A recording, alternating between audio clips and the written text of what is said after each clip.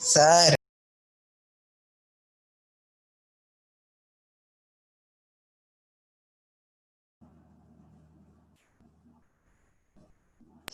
Okay sir.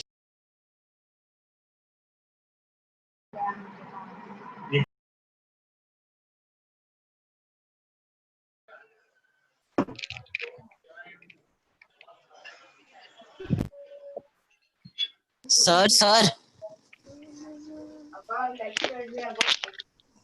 About sir हाँ बोलो। Sir आप 1 मोल क्या है समझाओ ना सर। बिल्कुल आज वही समझाने वाला हूँ। सर बहुत कंफ्यूजन हुआ है।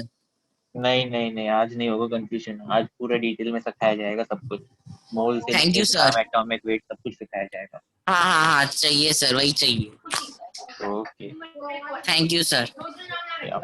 अरे यार, basically they are like, so Prajat asks, does anybody want to play? No, BT ma'am son. Prajat said, does anybody want to play? Then Punya's, so it came, Punya, no. Then he said, okay. Prajat is like, rude. And then Punya said, I'm Punya's mom, I'm actually outside. तो जगह study table study खोला हुआ है तो study के लिए रखते लो है ना बुक तो बड़ा अच्छा Please mute yourself. खोला कि तू एकदम शुद्ध है, ये शुद्ध इन्हें ना सजा सर के तरह दिमाग वाला है ना। Hello students, please wait let everyone.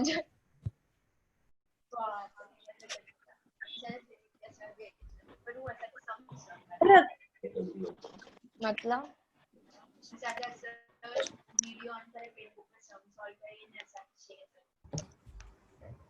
ना इथं तो पिक्चर खेचलोय खबर असा जो फिजिक्स सर है ना मतलब पेस्टचा उकिया करियाचा मला पासी मेरा एंट्री के नो तो पीपीटी बनाएलो है ना तो पीपीटी बनाएलो तो है ना पोए ना मुझे पीपीटी साथ है ना पोटिया है ना मेरे जैसे थे मेरे एंट्री करिए ना पोटिया तो मेरे को डिसेंट सॉन्ग लगा बजाइए मेरे फ्रेश थे वे ना ओला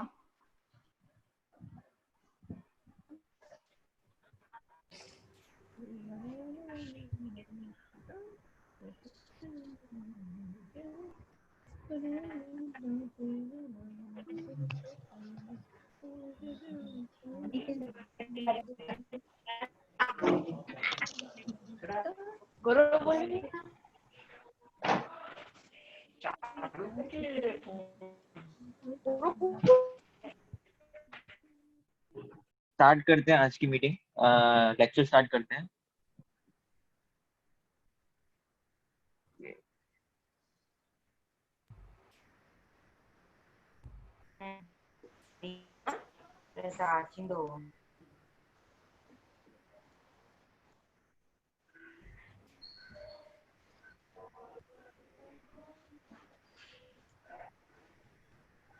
इन फ्यूचर इंडिया ने चाइना मार्की बिजनेस ने चलो इंडिया में लावा स्टार्ट करते हैं। इंडिया ने चाइना मार्की इंडिया में लावा म्यूट। ओके तो मैंने सबको म्यूट कर दिया है। ठीक है, मैंने सबको म्यूट कर दिया हुआ है। जब बात करनी हो तो चैट के थ्रू हम लोग बात कर सकते हैं। ठीक है, और ये आज हमारा कौन सा लेक्चर है? सेकंड लेक्चर है। ये कौन रहेगा जिसका माइक अभी भी ओपन है? मेरा है। ओके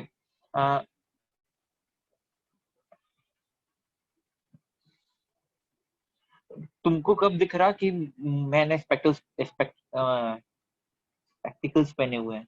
मेरा तो वीडियो ऑफ है। Oh yeah okay fine, thank God someone remember made me remember. Okay recording is on right now. हाँ तो we know 1 AMU is equals to 1/12 of mass of C12 isotope, और मुझे पता है कि number of atoms in 12 grams of carbon which is nothing but 1 mole of carbon, और 1 mole of carbon की value कितनी होती है? 6.022 into 10⁻23। ओके मतलब 1 मोल ऑफ कार्बन में कितने एटम्स प्रेजेंट होते हैं? 6.022 into 10⁻23। एटम्स प्रेजेंट होते हैं, विच is nothing but Avogadro's number. ठीक है, तो mass of one C12 atom, तो मास ऑफ एक C12 एटम का जो मास रहेगा वो कितना रहेगा, कितना रहेगा, तो 12/6.022 इंटू 10⁻23 ग्राम्स। ओके, लेकिन मुझे पता है कि अगर मुझे AMU फाइंड करना है तो AMU कैसे फाइंड कर, AMU क्या बोलता है कि 1/12 of mass of C12 atom, तो 1/12 ऑफ, और मास ऑफ C12 एटम क्या है इसके पिछले वाले स्टेप में 12/6.022 इंटू 10⁻23, तो उसको क्या करेंगे मल्टीप्लाइड बाय 112 करेंगे, 1/12 करेंगे, क्योंकि 1 AMU is nothing but 1/12 of mass of C12 isotope. 12 cut हो जाएगा और हमारे पास क्या बचा 1/6.022 इंटू 10⁻23 ग्राम्स। तो 1/6.022 इंटू 10⁻23 को अगर हम लोग वैल्यू निकालेंगे तो it will be 1.66 into 10⁻⁻24 grams. Okay, हाँ फिर से एक्सप्लेन कर रहा हूँ कि अब जस्ट इमेजिन, मैं क्या बोल रहा था, जस्ट एक second.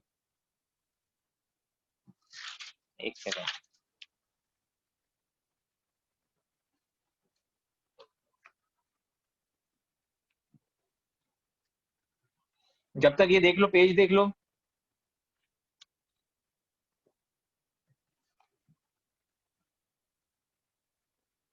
Right down this also.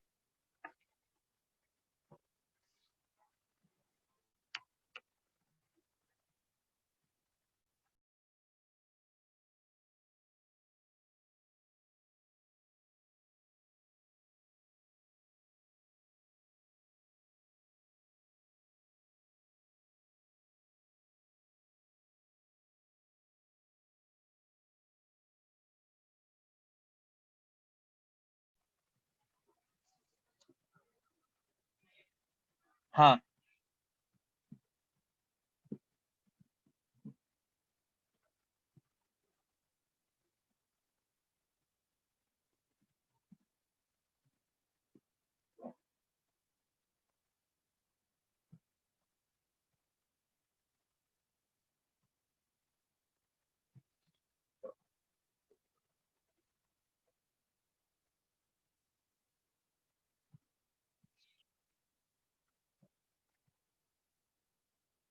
अच्छा ठीक है, अब इधर देखो,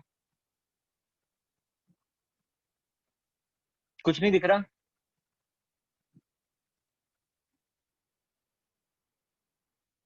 अब दिख रहा है ठीक से, आई कैन सी। ओके, ठीक से देखो, एक मोल जो होता है ना, एक mole, 1 mole is equals to, सबको सही से दिख रहा है ना, 1 mole is equals to 6.022 into 10⁻23 what atoms,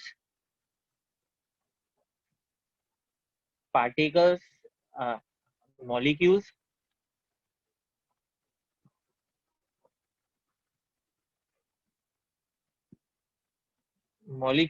या फिर आयंस। 1 मोल जो होता है ना, 1 mole, it can be, it can be 1 mole is equal to 6.022 into 10⁻23, या तो एटम्स हो सकता है, या तो मॉलिक्यूल्स हो सकता है, या फिर आयंस हो सकता है, मतलब पार्टिकल्स हो सकते हैं। ओके, तो ये वैल्यू है, इसको जो है हम लोग बोलते हैं Na। क्या बोलते हैं इसको हम लोग? Na का क्या मतलब है? Na का मतलब है एवोगैड्रोस नंबर। ओके, तो मतलब ये जो नंबर जो है ना, ये नंबर, इसको हम लोग क्या बोलते हैं? Avogadro's number. तो मैं ऐसा भी लिख सकता हूँ 1 mole is equals to Na। Okay, मतलब ये जो है Na का क्या, Na मतलब क्या है? 6.022 इंटू 10⁻23। ओके, अब बोलोगे सर अभी भी ठीक से नहीं समझा, तो समझो, मतलब ये देखो, जैसे कि मैं बोलूंगा मेरे पास 1 डजन जो है बनानास है। क्या है?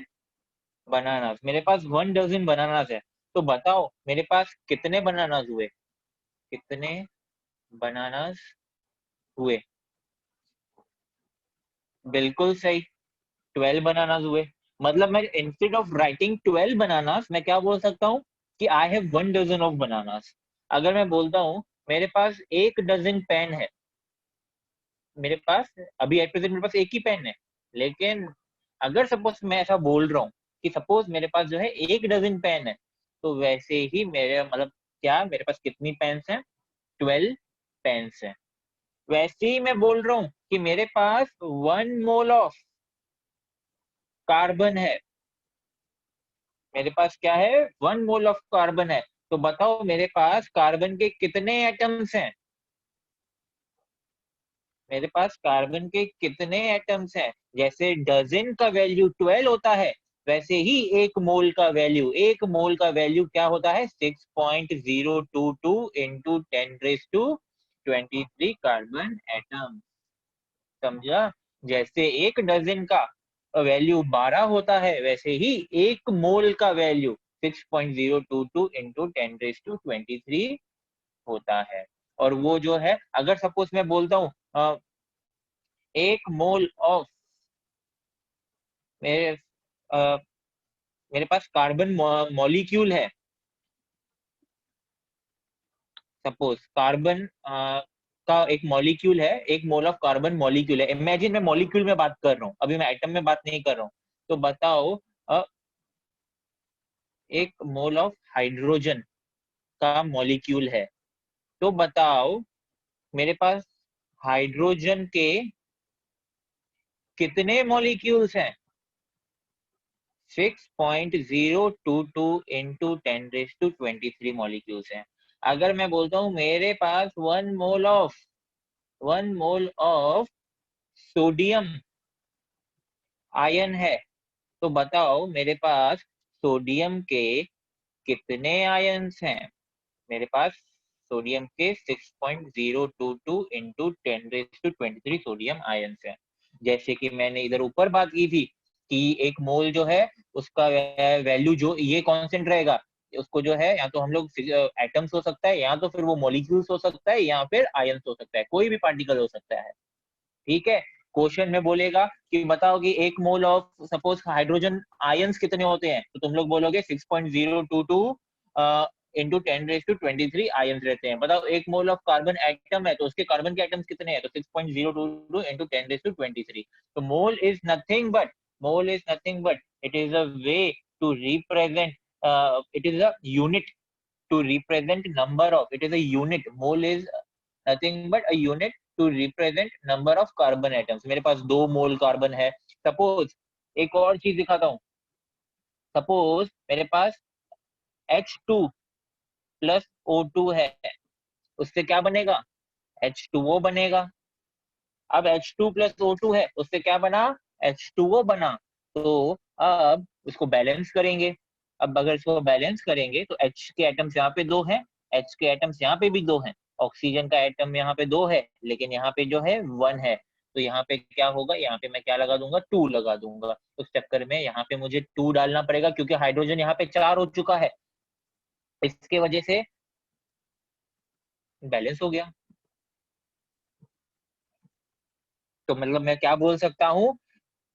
2 moles of hydrogen, 2 moles of hydrogen ने जब 2 मोल्स ऑफ ऑक्सीजन के साथ रिएक्ट किया, तब जाके मुझे 2 मोल्स ऑफ क्या मिला? वाटर। तब मुझे क्या मिला? 2 मोल्स ऑफ वाटर। ठीक है? C plus O2 gives CO2। मतलब मैं बोल सकता हूँ यहाँ पे 1, यहाँ पे 1 और यहाँ पे क्या है? 1। तो 1 मोल ऑफ कार्बन ने किसके साथ रिएक्ट किया? 1 मोल ऑफ ऑक्सीजन के साथ, और हमें क्या दिया? 1 mole of carbon dioxide. ठीक है? हाँ, स्टैचियोकेमिस्ट्री का ही पार्ट है ये, लेकिन अभी तुम्हें इतने सारे डाउट्स आ रहे थे मोल्स के रिलेटेड, तो मुझे समझाना पड़ा।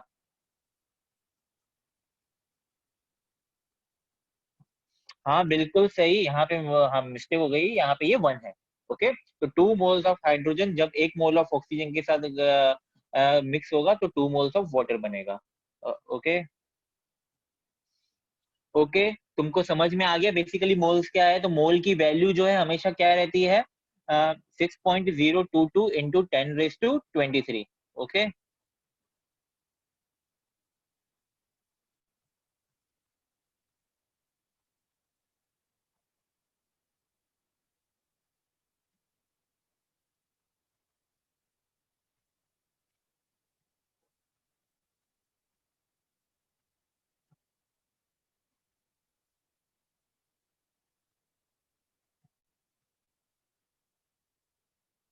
अब यहाँ पे वही बात चल रही है, यहाँ पे प्रूफ देख लो एक बार और नोट डाउन भी कर लो। Okay,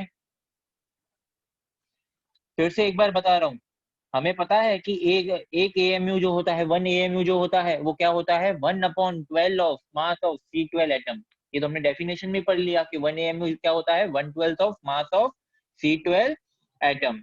atomic mass of carbon atom जो होता है, एटॉमिक मास जो कार्बन का होता है वो क्या होता है? C612 होता है। तो उसके पास क्या है? 12 ग्राम्स ऑफ कार्बन एटम उसके पास क्या है? प्रेजेंट है, वो हमें पता है। ठीक है, अब number of atoms in 12 grams carbon, क्योंकि atomic mass of C12 atom जो है, atomic mass of C12 atom, तो एक C12 एटम जो रहेगा, एक तो वो क्या रहेगा? जो से एक मेरे पास C12 है, तो मतलब it is nothing but 1 mole of C12 atom. तो 1 मोल ऑफ C12 एटम जो है it is nothing but 6.022 into 10⁻23। तो मतलब मास ऑफ 1 कार्बन एटम क्या है? उसको हम लोग अभी क्रॉस मल्टीप्लाई कर देंगे, तो 12/6.022 इंटू 10⁻23। सबको समझ रहा है? समझ आइए, फिर वो 12 12 कट कर देंगे, हमारे पास वैल्यू आ गया।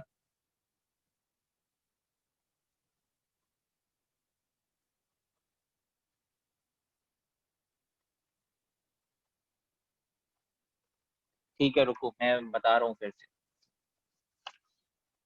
इजी तो है।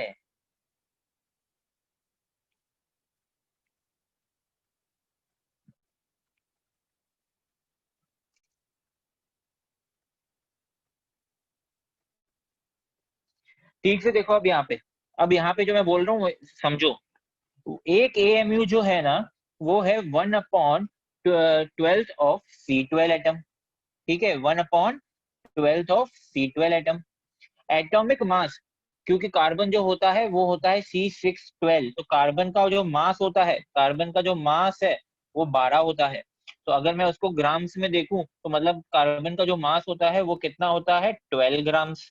तो यहाँ पे वही बोला हुआ है कि एक कार्बन एटम जो है उसका मास कितना है? 12 ग्राम्स। लेकिन मुझे पता है कि अगर एक कार्बन एटम है मेरे पास, एक carbon atom, that is nothing but 1 mole of carbon atom I am having, that is nothing but 1 mole of carbon atom that I am having। तो मैं तो इस 1 मोल ऑफ कार्बन एटम के बदले में क्या लिख सकता हूँ कि मेरे पास कार्बन के कितने एटम्स हैं? 6.022 into 10⁻23 grams. 6.022 into 10⁻23 atoms present है मेरे पास कार्बन के। तो अगर यहाँ पे मुझे बोल रहा है कि atomic mass of C12 atom जो है उसका 12 ग्राम्स है, तो जो मेरे पास एटॉमिक मास ऑफ एक C12 एटम है, एक, तो इस एक C12 एटम के बदले मैं क्या लिख सकता हूँ? 6.022 इंटू 10⁻23, क्योंकि वो जो 12 ग्राम्स ऑफ कार्बन जो है ना, 12 ग्राम्स ऑफ कार्बन, तो 12 ग्राम्स ऑफ कार्बन मतलब क्या? मतलब एक कार्बन एटम। तो वो एक कार्बन एटम जो रहेगा, एक मोल ऑफ कार्बन एटम, तो मतलब मैं बोलूं तो उसका मतलब that is nothing but 6.022 into 10⁻23 atoms I am having. तो मैंने इधर वही लिखा हुआ है कि number of atoms in C12 grams of carbon is nothing but is nothing is nothing but number of atoms in 1 mole of carbon। समझा? and 1 mole of carbon is nothing but 6.022 into 10⁻23। अब ये जैसे ही मैंने ये कर लिया, तो अब मुझे मास ऑफ 1 C12 एटम कितना मिला? क्योंकि एक C12 एटम जो है, mass of 1 C12 atom, mass of 1 C12 atom उसका 12 ग्राम्स है। ठीक है, तो बताओ कि 12 का कितना रहेगा? तो that would be 12/6.022 into 23 grams, क्योंकि मुझे एक का फाइंड करना है। ठीक है, मास ऑफ 1 C12 एटम मुझे ये पता चल गया कि mass of atoms in 1 mole of carbon 6.022 into 10⁻23 रहता है, ठीक है। लेकिन 12 का कितना रहेगा, तो 12 अपॉन 6.022 into 10⁻23 ग्राम्स। अब मुझे मास मिल गया कार्बन का कि it's nothing but 12 upon 6.022 into 10⁻23 grams. इसको अगर कैलकुलेट करेंगे तो 1.992 into 10⁻⁻23 ग्राम्स आ गया, ओके। लेकिन इसमें हमारा काम जाए नहीं अभी, मतलब that is not important to us right now. अब 1 AMU मुझे फाइंड करना है, मुझे 1 AMU की वैल्यू फाइंड करनी है। तो 1 AMU is equals to nothing but 1/12 of 1/12 किसका, C12 atom, mass of C12 atom. लेकिन मास ऑफ C12 एटम क्या है, 12 अपॉन 6.022 into 10⁻23। तो 1/12 मल्टीप्लाइड बाय 12 अपॉन 6.022 into 10⁻23। 12 क्या कर लिया, कट हो गया, तो बाकी मेरे पास क्या बचा, 1/6.022 into 10⁻23। इसको कैलकुलेट करेंगे तो हमें मिल जाएगा 1.66 into 10⁻⁻24 gram.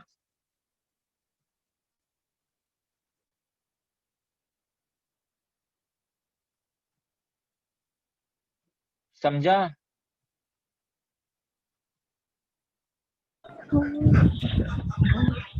Yes, I hope sir. Yes, sir. Yes, yes. Test with explanation का, इससे ज्यादा क्या Yes, समझाऊं sir. अभी मैं? और एक बार समझा दो सर, और क्या करो। कुछ भी, इतना लेक्चर का टाइम इसमें वेस्ट हो जाएगा। एक बार ये नोट डाउन कर दो, फिर खुद जैसे लेक्चर खत्म हो जाए स्टेप शुरू करो, you will come to understand, okay. Sir कितना इजी टॉपिक है।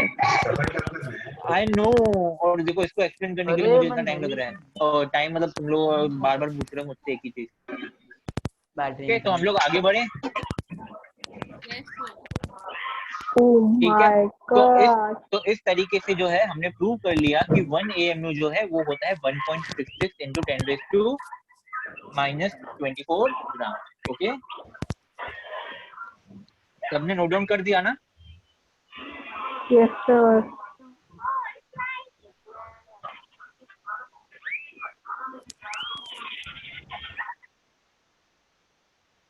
शौर्य Mishra, no.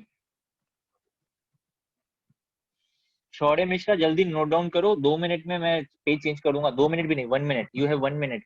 In 1 minute I am gonna change the page, okay.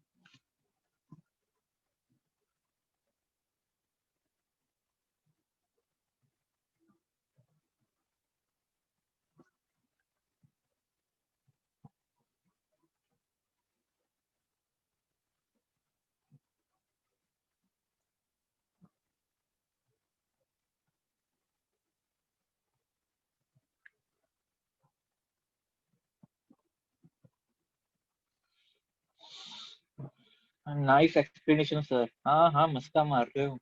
अच्छा ठीक है, तो ठीक है, आगे बढ़ते हैं। अब ये भी बहुत ही अच्छा कॉन्सेप्ट है, इसमें भी ध्यान चाहिए तुम लोगों का। अब हम लोग देखेंगे कि रिलेशनशिप जो है वो कैसे वर्क करता है between atomic weight and mass of one atom of that element, okay. अब हम लोग एटॉमिक वेट और एटॉमिक मास के बीच का रिलेशनशिप जानने की कोशिश कर रहे हैं, ओके। तो अब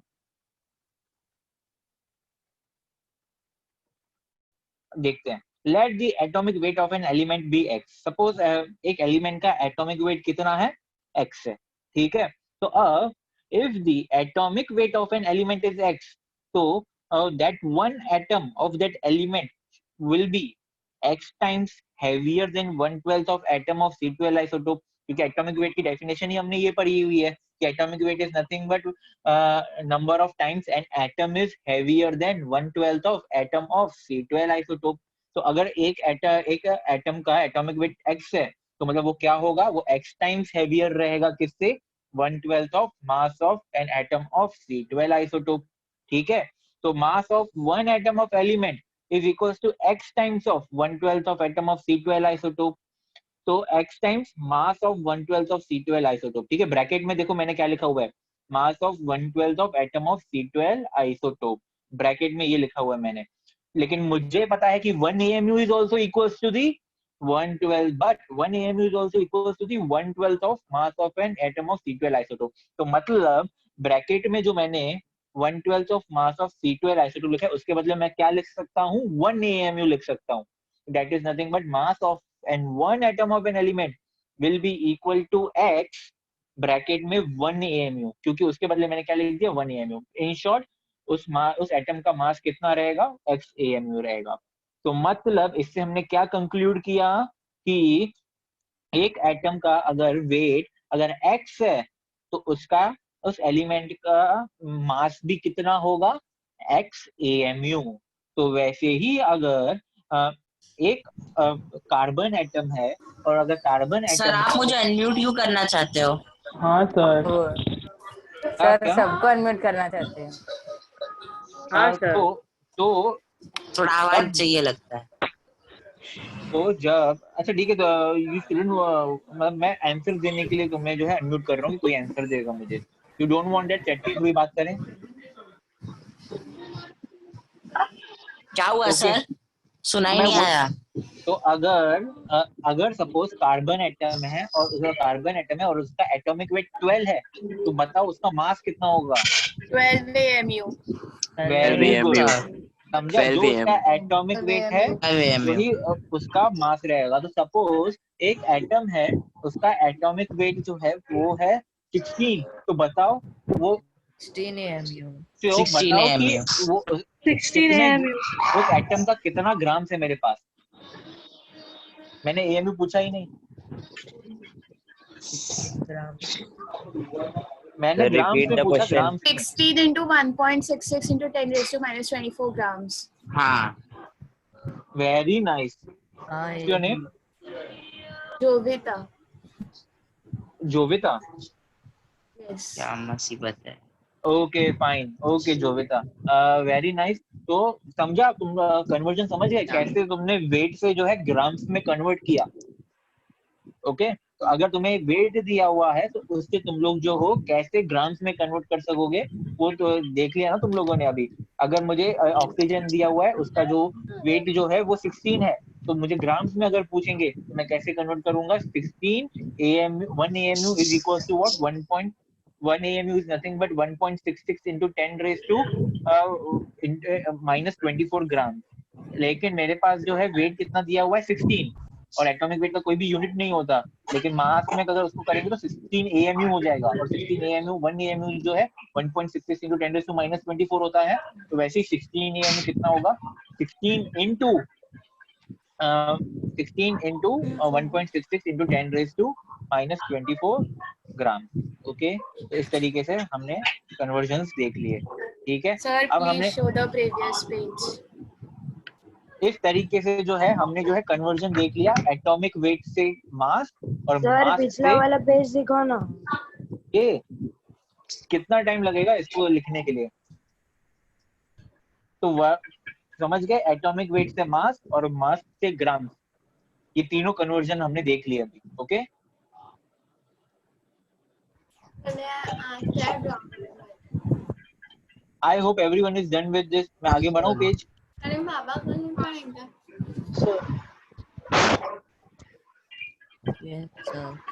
Yes, sir.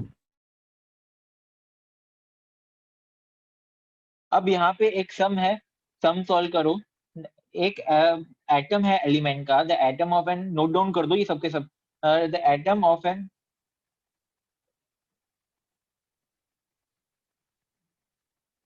देखो मैं अभी ये नहीं बताने वाला कि मैं पीडीएफ शेयर करूंगा कि नहीं, ठीक है? You have to write down each and everything. Okay, मैं शेयर कर दूंगा लेकिन please write down the important things.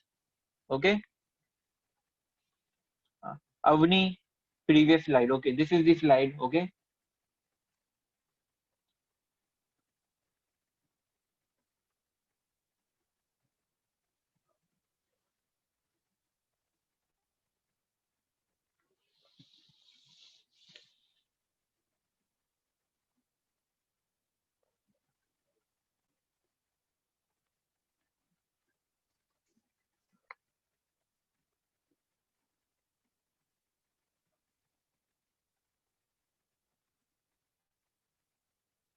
देखो किसी ने मुझे बोला ये स्लाइड शेयर करो, वो आगे वाले आने वाली स्लाइड्स में से मुझे आंसर्स भी मिल गए सम के।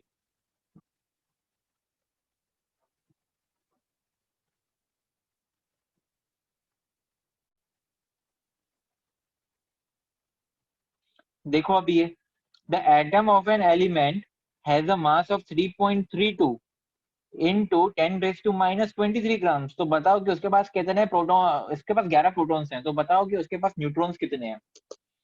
मैं 2 मिनट और दे रहा हूँ, 2 मिनट में ये सम सॉल्व करो। मुझे 11 आंसर आ रहा है,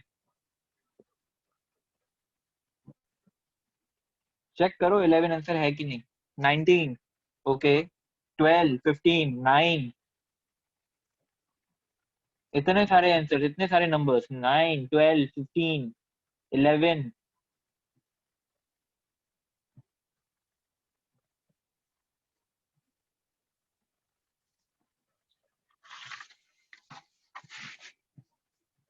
आयुष ने बोला है 11, पंशुल ने बोला 9, शौर्य ने बोला 11, तनिष्का ने क्या, तनिष्का 11, तेजस 11। अच्छा ठीक है, देख लेते हैं हम लोग। अब ठीक से देखो, द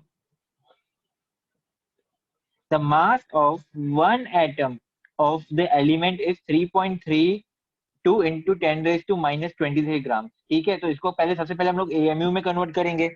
ग्राम्स को एएमयू में कैसे कन्वर्ट करेंगे, हमें पता है कि 1 AMU is nothing but 1.66 into 10 raised to minus 24 grams. तो 3.3 को कन्वर्ट करेंगे तो अपॉन करेंगे उससे। ठीक है, तो अब जैसे ही इसको हमने अपॉन में कर दिया तो क्या हो गया, 3.32 into 10 raise to minus 23 upon 1.66 into 10 raise to minus 24। इसको अगर कैलकुलेट करेंगे 1.66 वन जा और 1.66 3.32 जा, तो उस हिसाब से 20 आ गया, तो 20 एएमयू आ जाएगा। ठीक है, 20 एएमयू आ गया। अब जैसे ही 20 एएमयू आ गया, मुझे क्वेश्चन में क्या बोला हुआ था, मुझे क्वेश्चन में क्या बोला हुआ था कि मेरे पास 11 प्रोटॉन्स है। अब जैसे कि हमने पढ़ा है, हमने क्या पढ़ा है कि एक प्रोटॉन का जो मास होता है वो ऑलमोस्ट 1 एएमयू होता है, और एक न्यूट्रॉन का मास जो होता है वो भी ऑलमोस्ट 1 एएमयू होता है। लास्ट क्लास में देखो प्रोटॉन का एएमयू दिया हुआ है और न्यूट्रॉन का एएमयू दिया हुआ है। प्रोटॉन का इज अप्रोक्सीमेटली 1 एएमयू और न्यूट्रॉन का is approximately equal to 1 AMU. तो मेरे पास 11 प्रोटॉन्स हैं, जिसका मतलब मेरे पास 11 एएमयू ऑफ मास ऑलरेडी है, मतलब 11 एएमयू जो मास जो है वो ऑलरेडी प्रोटॉन्स का है। लेकिन टोटल जो है, टोटल एटम जो है उसका मास कितना है, 20 एएमयू। उसका टोटल मास कितना है, 20 एएमयू। लेकिन हमारे पास 11 प्रोटॉन्स है, मतलब 11 AMU mass is already of protons. तो 20 माइनस 11 करेंगे तो कितना आंसर आ जाएगा, 9। मतलब वो जो 9 जो है मास, वो किसका है, न्यूट्रॉन्स का है। लेकिन मुझे पता है कि अगर न्यूट्रॉन्स का मास 9 एएमयू है, एक तो एक न्यूट्रॉन का तो मेरे पास न्यूट्रॉन्स कितने हुए, तो न्यूट्रॉन्स कितने होंगे मेरे पास, क्योंकि एक न्यूट्रॉन का मास 1 एएमयू है, इसलिए 9 न्यूट्रॉन्स का मास कितना होगा, 9 न्यूट्रॉन्स का मास कितना होगा, 9 एएमयू। तो लास्ट में देखो, the number of neutrons which makes 9 AMU is equals to 9 neutrons.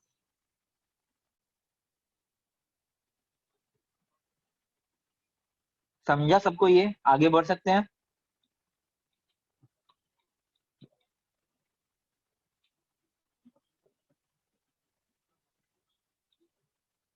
तो ये सॉल्व करो। An atom of an element has a mass of 6.64 into 10 raised to minus 23 grams. It has 22 neutrons. तो मुझे उस element का name find करो, find करके बताओ कि ये कौन सा एलिमेंट है।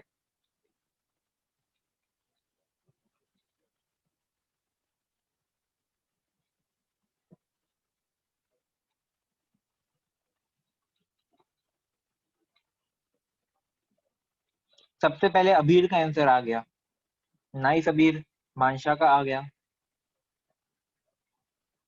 नाइस आदित्य। दो दो आदित्य है मेरे पास, एक आदित्य और एक आदित्य पेनिकर। तीसरा भी आदित्य है, आदित्य एस। चौथा भी आदित्य है। अरे बाप रे, इतने आदित्य।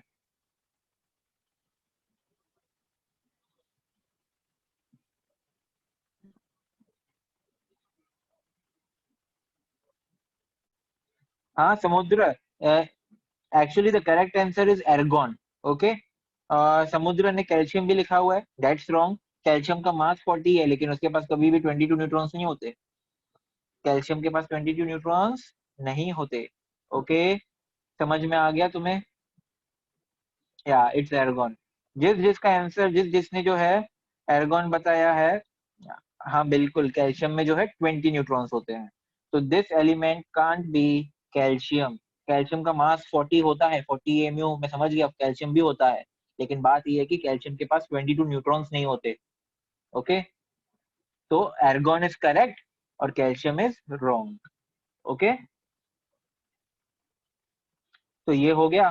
तो बिल्कुल सही, बिल्कुल, जिस जिसने एर्गोन बोला है, Sanjana, element number 18, very nice. रूशियल, कैल्शियम इज 20, नाइस रूशियल। पंशुल ने बोला है एर्गोन, नाइस।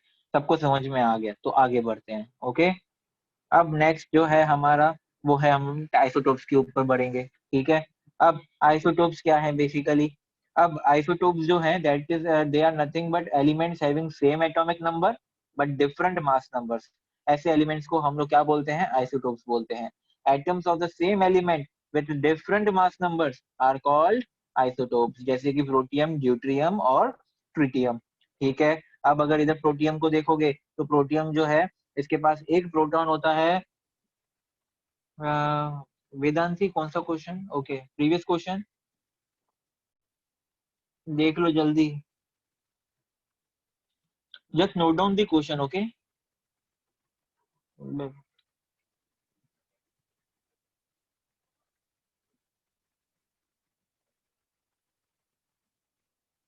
ओके, तो मेरे पास जो है, अ, जैसे कि एलिमेंट्स, ऐसे एलिमेंट्स जिनका एटॉमिक नंबर सेम है लेकिन मास नंबर डिफरेंट है, जैसे कि प्रोटियम, ड्यूट्रियम और ट्रिटियम। प्रोटियम जो है, उसके पास एक प्रोटॉन है, ड्यूट्रियम के पास दो न्यूट्रॉन्स हैं और ट्रिटियम के पास तीन न्यूट्रॉन्स हैं। क्या मैंने सही बोला? बिल्कुल गलत। ओके, प्रोटियम का मास 1 है, ड्यूट्रियम का मास 2 है और ट्रिटियम का मास 3 है। ओके, प्रोटियम जो है, it is an atom which is present in H2 gas, या तो फिर H2O जो मॉलिक्यूल है उसमें जो H प्रेजेंट है, वो प्रोटियम ही होता है। ड्यूट्रियम जो है, it is also known as heavy water, D2O, उससे D2O बनता है, which is nothing but heavy water. It is harmful to intake, it is very fatal. मैंने पहले भी बता चुका हूँ मैं ये चीज। ओके, अगर एक दिन मैंने D2O पी लिया, it is just like normal water, कुछ फर्क नहीं पड़ेगा। ओके, मैंने पिया, मुझे कुछ नहीं हुआ। दूसरे दिन मैंने इनटेक किया D2O, nothing will affect on me. Okay, तीसरे दिन पिया, again there will be no effect on me of D2O। तीसरे दिन, चौथे दिन, पांचवें दिन कंटिन्यूसली इनटेक किया। ओके, तो कंटिन्यूसली अगर मैंने इनटेक किया तो क्या होगा? आखिर एक दिन ऐसा आएगा, पांचवें छठवें दिन ऐसा आएगा, that I will directly what, die। Okay, I will die. The person who is continuously intaking D2O for a continuous period of time, it will be fatal to him, he will directly what, die। Okay, क्यों? क्योंकि अगर ठीक से देखें तो हमारा जो D2O जो है, उसमें जो H का मॉलिक्यूल देखो, कंपैरेटिवली प्रोटियम से क्या है, कॉम्प्लेक्स है। जबकि प्रोटियम में जो है मास इज 1, ड्यूट्रियम में मास इज, हाइड्रोजन का मास कितना है, 2 है। तो कंपैरेटिवली एच का एटम जो है यहाँ पे कॉम्प्लेक्स एटम है। ठीक है, ज्यादा उसका स्ट्रक्चर जो है कॉम्प्लेक्स है, जिसकी वजह से क्या होता है, हमारी बॉडी को जो है आदत ही नहीं है कि इतने कॉम्प्लेक्स एटम को जो है इनटेक कर सके। उसके पास हैबिट क्या है कि नॉर्मल H2O को इनटेक करती है, उसको ब्रेक डाउन कर सकती है, लेकिन D2O को ब्रेक डाउन करने की उसके पास ताकत बिल्कुल भी नहीं है। एक दिन ब्रेक डाउन कर लेगा, हमारे एंजाइम्स जो है एक दिन उसको इनटेक कर लेंगे। ओके, दूसरे दिन जो है, दूसरे दिन अगर सपोज दूसरे दिन भी इनटेक कर लिया, ठीक है, तो हमारे एंजाइम्स उसको और ज्यादा मेहनत करेंगे उसको क्या करने के लिए, ब्रेक डाउन करने के लिए। वैसे ही तीसरे दिन भी थोड़े से एंजाइम जो है बोलेंगे ठीक है मैं बहुत थक चुका हूँ लेकिन आज के दिन कर लेता हूँ, ठीक है। चौथे दिन जो है हमारे एग्जाम जो है ना सीधा सीधा क्या बोल देंगे, भाई अब मुझ में जो है कुछ भी ताकत नहीं है, now I am not gonna be able to break down this atom D2O this molecule, okay D2O जिसमें जिसमें ड्यूट्रियम प्रेजेंट है उस मॉलिक्यूल को मैं और ज्यादा ब्रेक डाउन नहीं कर सकता, आई गिव अप। और वो गिव अप कर लेगा, उसके बाद that molecule won't be break down to simpler substances, proteins वगैरह। तो इसकी वजह से क्या हो जाएगा, वो कंटिन्यूसली ब्रेक डाउन नहीं हो रहा है, मतलब क्या हो गया हमारे लिए पॉइजनस हो गया, ओके। तो बेसिकली ये क्या हो गया, डेंजरस हो गया, ओके।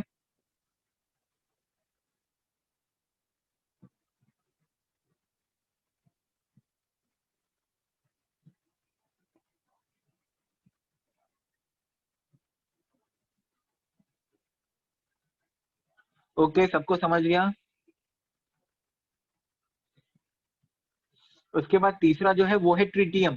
ट्रीटियम तो ड्यूट्रियम से भी ज्यादा हार्मफुल है, सबसे ज्यादा हार्मफुल ट्रीटियम है। Tritium is radio active.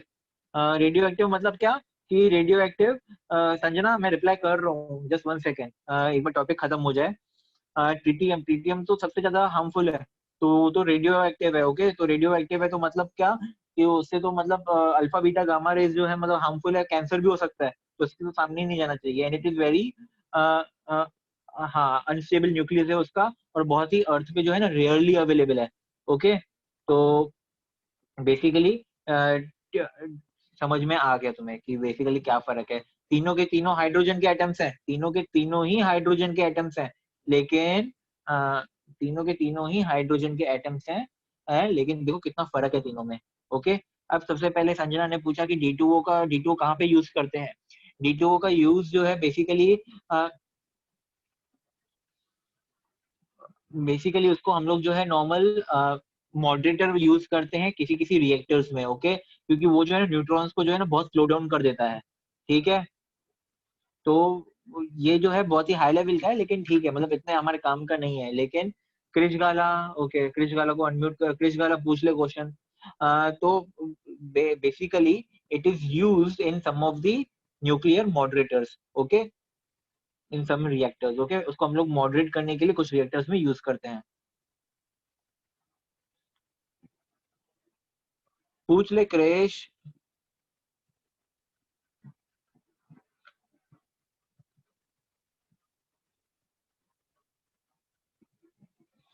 अरे तो Sanjana tritium more radioactive है कि नहीं than naturally occurring radioactive elements. तो ट्रीटियम जो है वो भी naturally occurring radioactive element ही है, okay.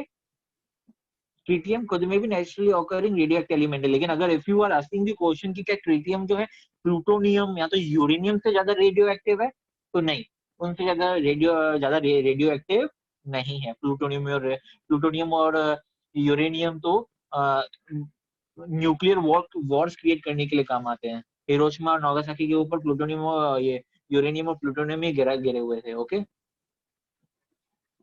D2O is distilled water. Absolutely not. Distilled water is something else only. Distilled water is something जिसमें से मिनरल्स निकल जाए, सारे के सारे मिनरल्स जो है वो हटा देंगे तो वो डिस्टिल्ड वाटर हो जाएगा। डिस्टिल्ड वाटर हम लोग पी नहीं पाएंगे ज्यादा टाइम तक, डिस्टिल्ड वाटर भी हम लोग ज्यादा टाइम तक पी नहीं पाएंगे क्योंकि उसमें मिनरल्स नहीं है, तो हमारी बॉडी को जो है कुछ मिलेगा नहीं उस पानी को पीने से। तो डिस्टिल्ड वाटर भी हम लोग जो है नहीं पीते हैं, मतलब नहीं पीना चाहिए हमें, क्योंकि उससे हमें हमें कुछ फायदा नहीं है। और D2O is not distilled water, okay. Can tritium भी यूज इन न्यूक्लियर बॉम्ब्स? बिल्कुल, ट्रिटियम जो है न्यूक्लियर बॉम्ब्स में यूज हो सकता है।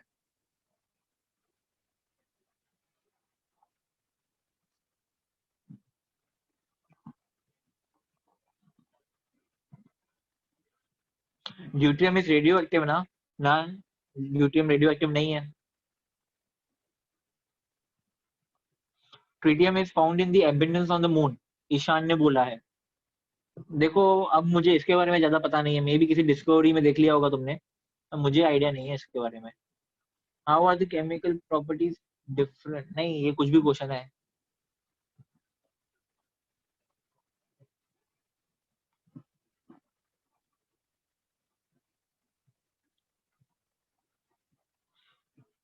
समुद्र, तेरा क्वेश्चन वैलिड ही नहीं है। How are the chemical properties different if the number of electrons is same?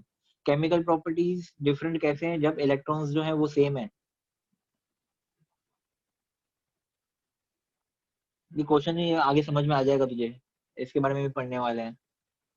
Okay,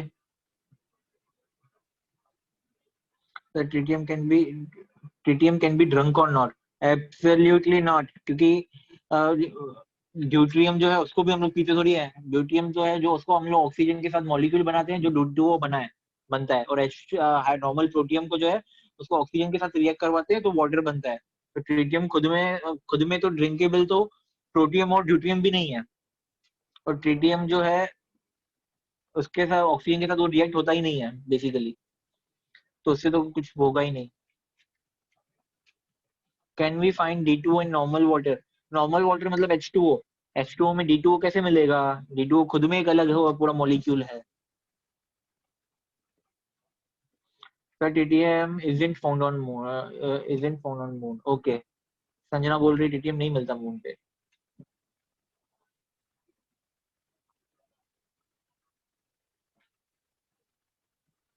neutrons के पास अगर कोई भी चार्ज नहीं हो तो क्या वो रेडियो एक्टिव बन जाते हैं? बिल्कुल भी नहीं। न्यूक्लियस अनस्टेबल होता है तब जाके जो है रेडियो एक्टिव एलिमेंट्स जो है की प्रॉपर्टी ये है कि उनका न्यूक्लियस अनस्टेबल होता है। अनस्टेबल होने की वजह से क्या होता है, अल्फा बीटा गामा रेस निकलती है। That has nothing to do with मतलब न्यूट्रॉन्स नहीं है या समथिंग।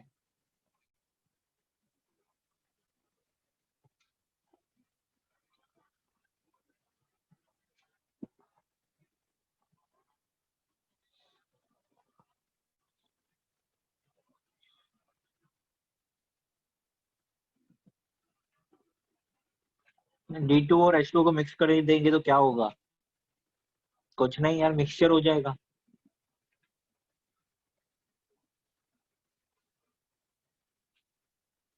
ट्रिटियम जो है, ट्रिटियम यूज होता है न्यूक्लियर फ्यूजन जनरेटर्स में।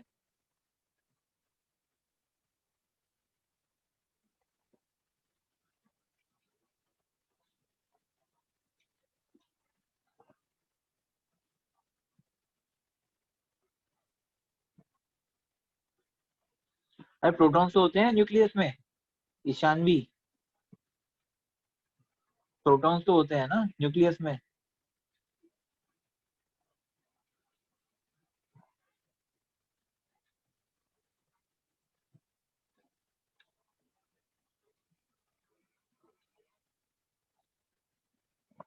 श्रेया ने पूछा है कि D2O is harmful but it does not take effect at the moment. Continued drinking of it is fatal. But then is it the same for tritium or it immediately causes that? पहले तो हमें ये समझना चाहिए कि D2O जो है वो नॉर्मल वाटर जो हैवी वाटर ही है, और हम लोग जब इसको इनटेक करते हैं तो हमारे बॉडी के एंजाइम्स जो है उसको उनको तकलीफ होती है। They are not able to break down this molecule, क्योंकि कॉम्प्लेक्स मॉलिक्यूल है। जबकि ट्रिटियम में तो ऐसा कोई केस ही नहीं है, ट्रिटियम को हम लोग पी थोड़ी रहे हैं। ट्रिटियम तो यार रेडियो एक्टिव एलिमेंट है। The moment when we come in contact with such radioactive elements without any protection, तो सीधा अल्फा बीटा गामा रेस की वजह से सीधा हमें कैंसर ही हो जाएगा। तो कॉजेज इमीडिएटली डेथ तो नहीं होगा, लेकिन कैंसर हो जाएगा। मतलब हमारे सेल्स जो है बॉडी के, कैंसर तो पता ही है, तो कैंसर जो है सेल्स जो है वो ऐसे रिएक्ट होना स्टार्ट हो जाएंगे, ब्रेकडाउन होना स्टार्ट हो जाएंगे। तो इमीडिएटली डेथ तो दोनों से ही नहीं होती है, लेकिन दोनों के इफेक्ट्स ऐसे रहेंगे कि हम लोग लॉन्ग टाइम के बाद मर जाएंगे। इन अ लॉन्ग टर्म हम लोग मर जाएंगे। फर्स्ट आइसोटोप कौन सा डिस्कवर हुआ था? Hydrogen gas, of course. हम लोग अपनी अपनी विशेष के आइसोटोप्स नहीं बना सकते।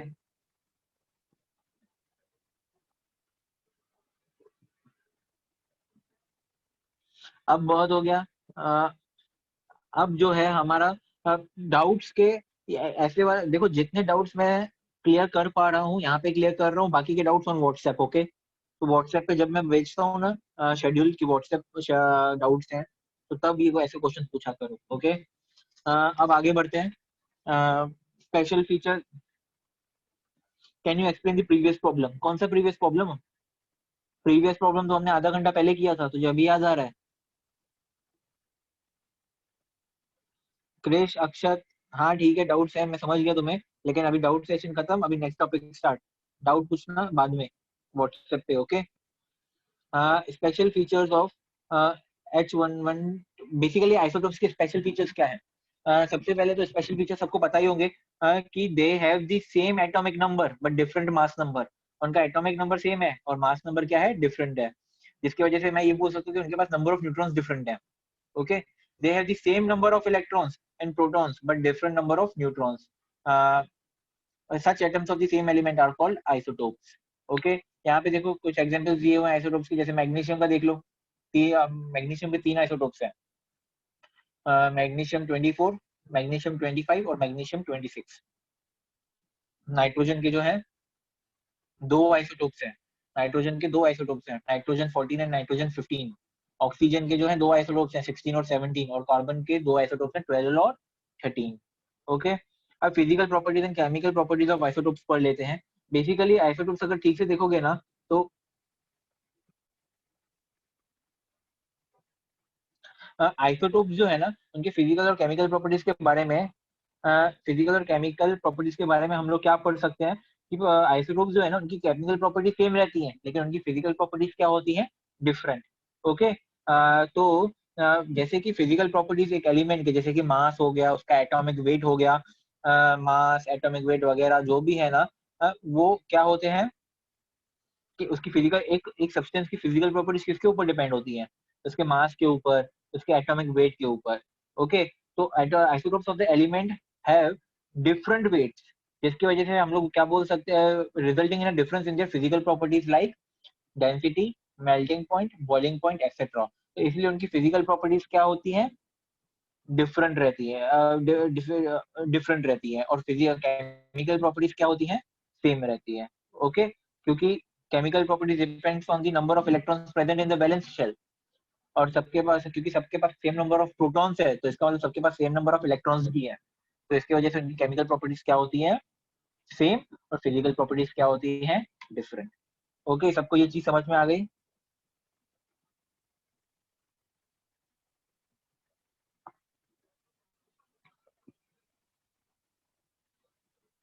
सबको समझ में आ गया?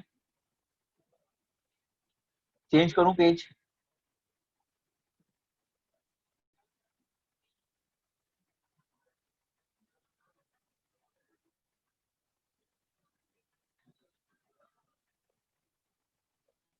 अब क्वेश्चन लिखो, एक्चुअली वहां पे सॉल्यूशन भी लिखा हुआ है, तो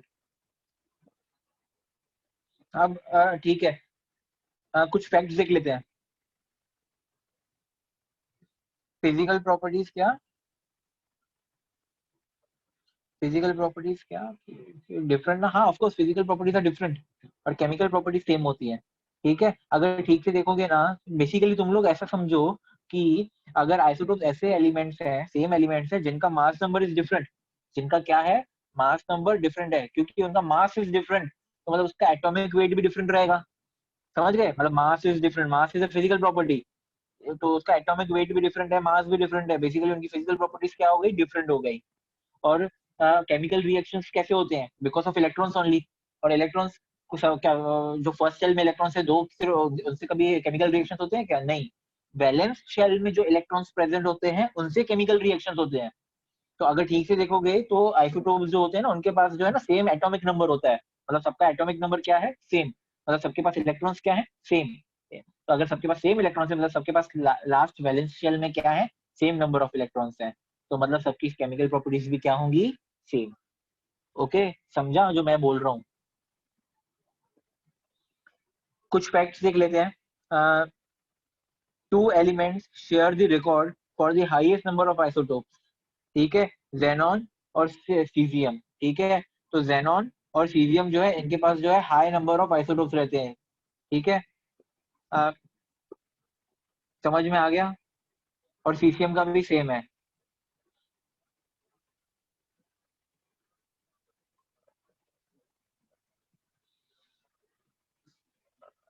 हेलो, मेरी आवाज आ रही है तुम लोगों को? Am I audible to guys? ठीक है, तो लाइटेस्ट रेडियो एक्टिव आइसोटोप जो है ना वो ट्रीटियम है। लाइटेस्ट रेडियो एक्टिव आइसोटोप जो है वो ट्रीटियम है, और हैवीएस्ट जो है वो यूरेनियम है। मैंने बताया था यूरेनियम जो है बहुत ही डेंजरस है, बहुत ही हार्मफुल है। इनफैक्ट यूरेनियम जो है वही गिराया हुआ था हिरोशिमा और नागासाकी के ऊपर। ओके,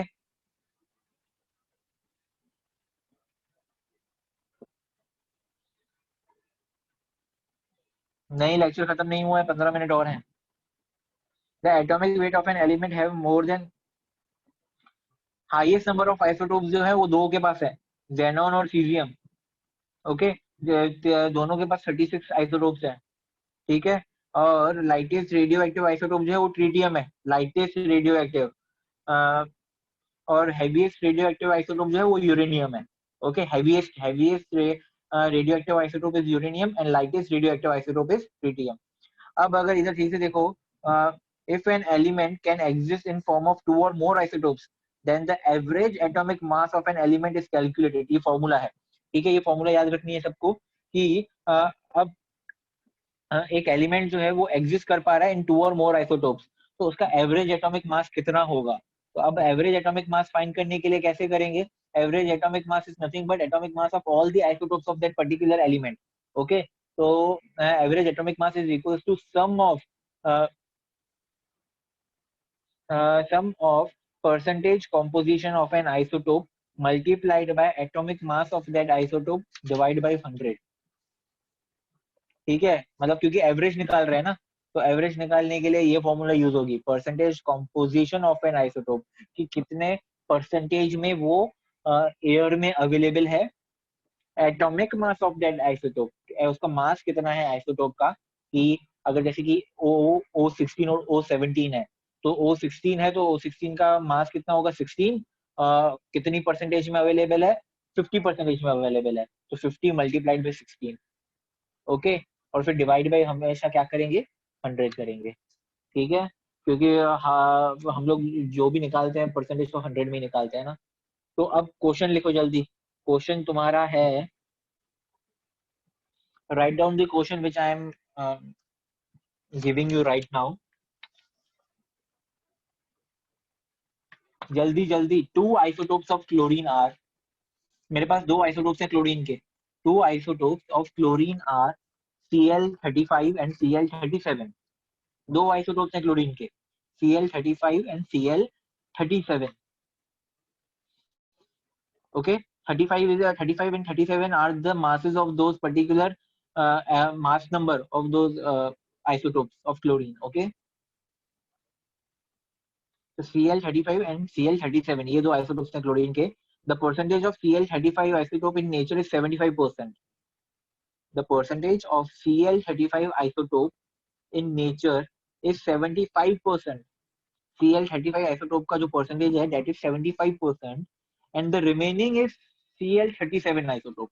और बाकी जितना भी remaining है वो Cl37 isotope है। तो बताओ कि एटॉमिक वेट क्लोरीन का कितना होगा।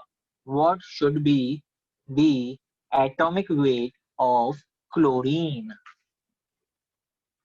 Answer on a start।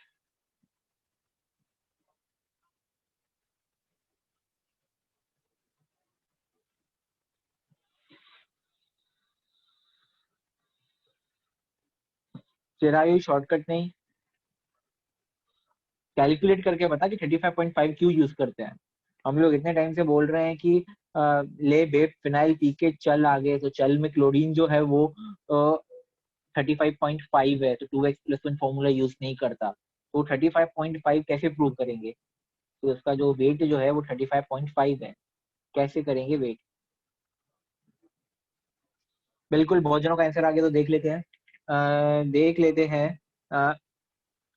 सबसे पहले तो क्लोरीन 30 Cl35 है और दूसरा Cl37 है। तो इफ वी सी प्रॉपरली तो wait of Cl35 atom would be what, कि जितना कॉम्पोजिशन उसका प्रेजेंट जितना उसका कॉम्पोजिशन है, ठीक है, तो कॉम्पोजिशन कितना है उसका 75% मल्टीप्लाइड बाय उसका एटॉमिक वेट जो कि है 35। तो 75 मल्टीप्लाइड बाय 35 तो करेंगे तो मुझे मिल गया 2625।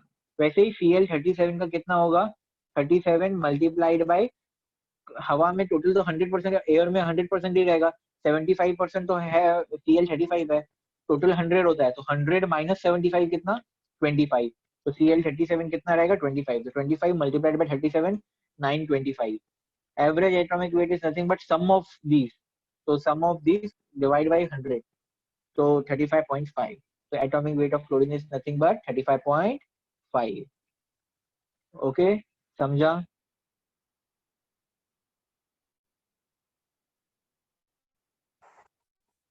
नहीं बढ़ सकते तो जल्दी मैसेज कर दो, वरना फिर टॉपिक चेंज हो जाएगा.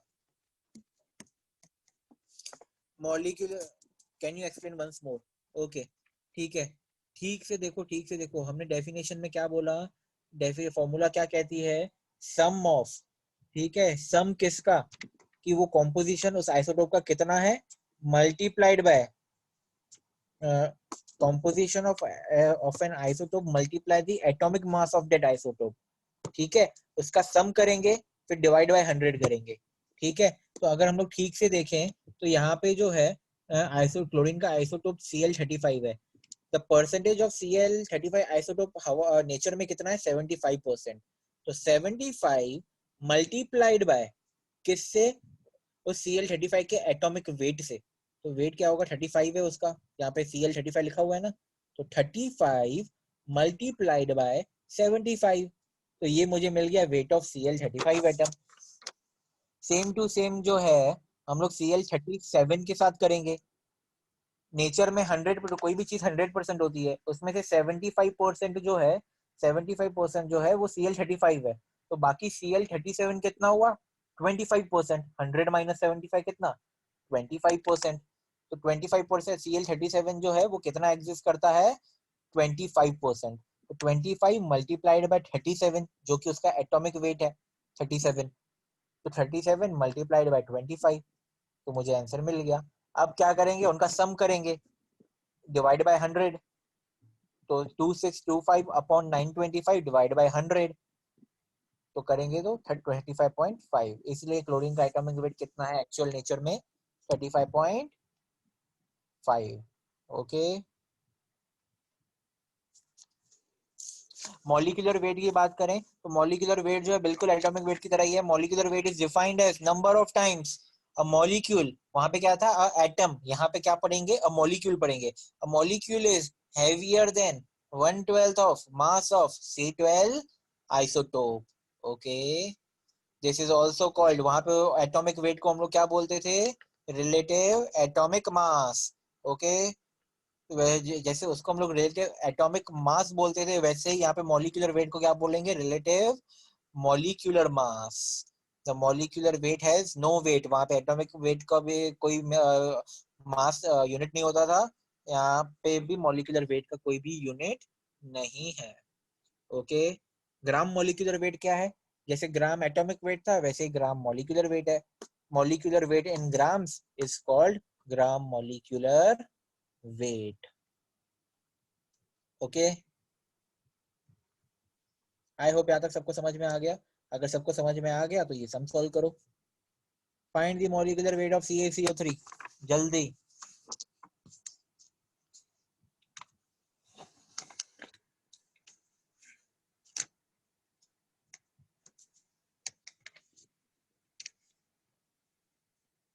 मॉलिक्यूलर वेट, मॉलिक्यूल, एक मॉलिक्यूल का अगर मुझे वेट फाइंड करना है तो मॉलिक्यूल जिस जिस एटम से मिला है, जिस जिस एटम से बना है, मुझे उन एटम्स का वेट जानना होगा. मैंने अभी अभी बोला, मुझे ग्राम्स में आ रहा है आंसर. मॉलिक्यूलर वेट का कोई यूनिट नहीं होता. मैंने बोला अभी अभी, जैसे एटॉमिक वेट का कोई यूनिट नहीं होता वैसे मॉलिक्यूलर वेट का कोई यूनिट नहीं होता.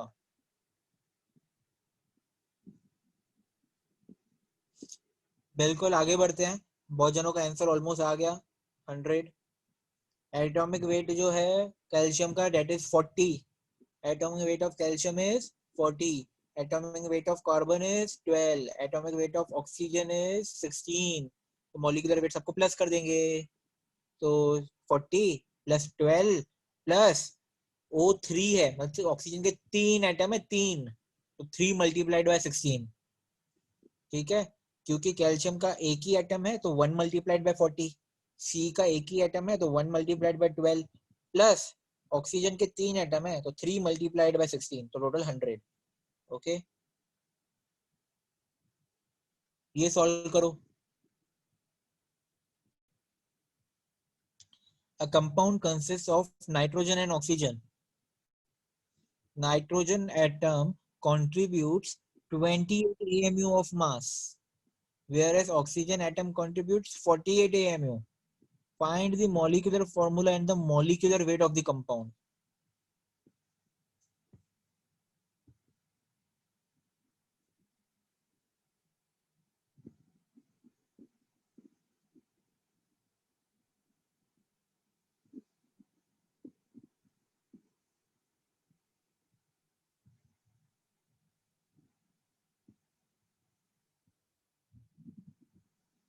रोशेल ने कहा है N2O4 76.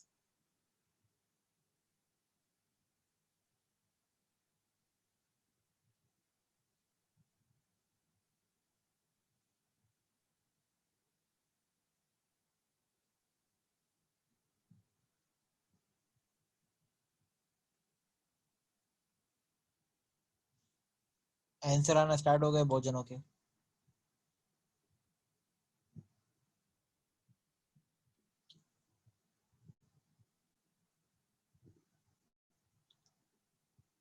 N4O6. सच में N4O6.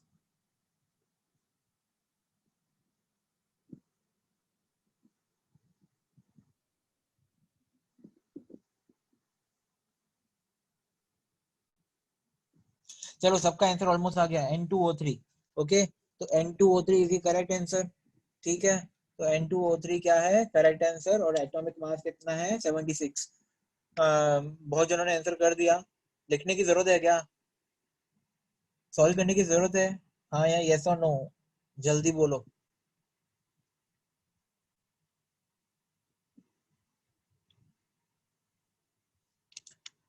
समुद्र ने यस बोला.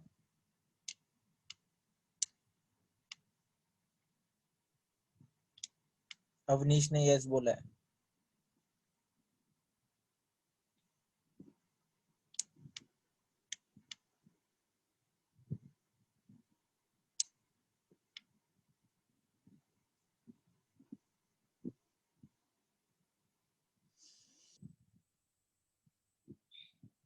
ठीक है, इस सम का इस सम का जो सॉल्यूशन जो है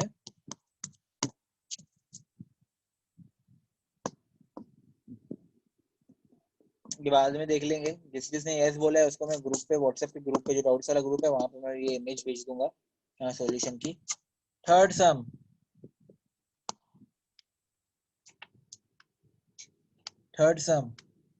There is a compound containing C, H and O. एक कंपाउंड है C, H and O. जिसको नहीं समझा इसके पिछले वाला क्वेश्चन, ये करने के बाद पिछला वाला फिर से ट्राई करना. Okay. There is a compound containing C, H and O. The amount of C present is 24 AMU and the amount of H present is 6 AMU. Oxygen contributes a mass of 16 into 1.66 into 10 raised to minus 24 grams. Then find the molecular formula and the molecular weight. ठीक है, solution कोई नहीं देखेगा, बिना solution देखे हुए जो answer पता करेगा उसको जो है मैं क्या दूंगा, एक चॉकलेट दूंगा, एक्लेयर्स.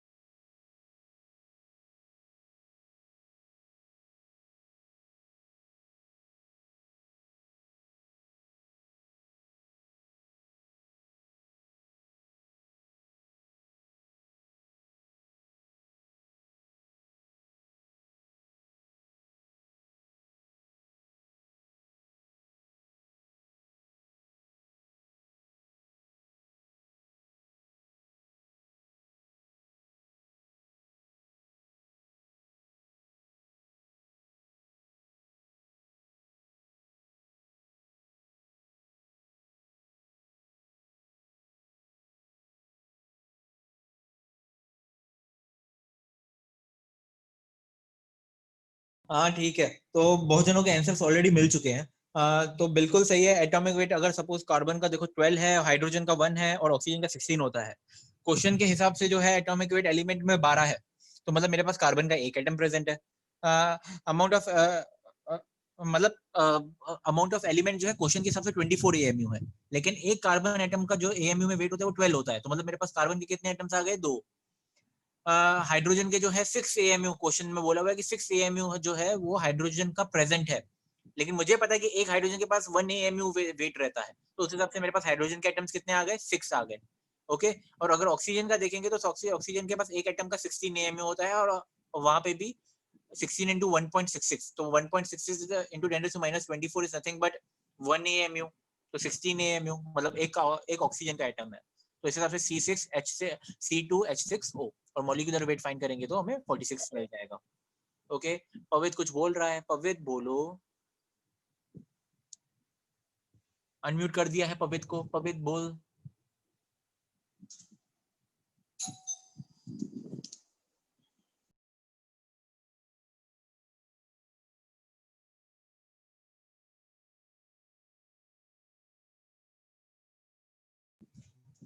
पवित्र कोई डाउट है? मैंने अनम्यूट किया हुआ है, हैंड रेस किया हुआ है तूने।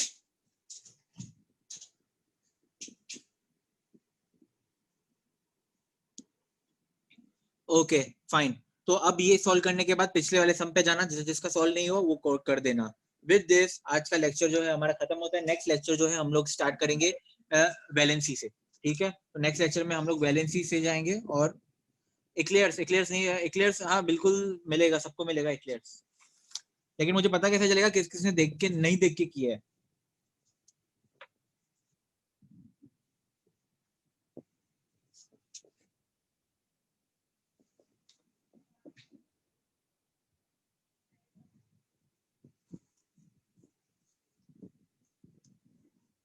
क्रिश गांधी बोल रहे हैं मैं झूठ बोलूंगा क्या?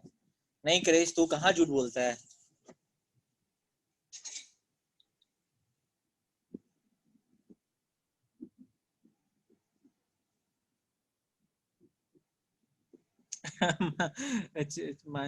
चिरायु के पैसे ले लो।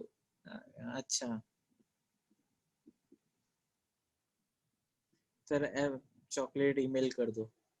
मैं व्हाट्सएप के थ्रू डाउट्स वाले ग्रुप में सबको चॉकलेट दूंगा जिसने आंसर दिया है।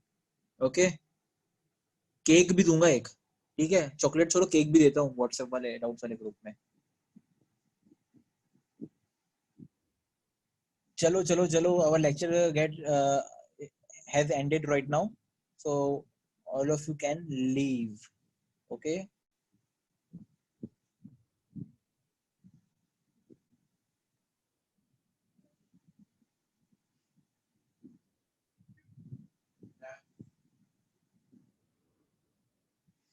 बोल संजना। संजना व्हाट्सएप वाले जो ग्रुप जो है वहां पे डाल दे doubt, I will see it and reply to it.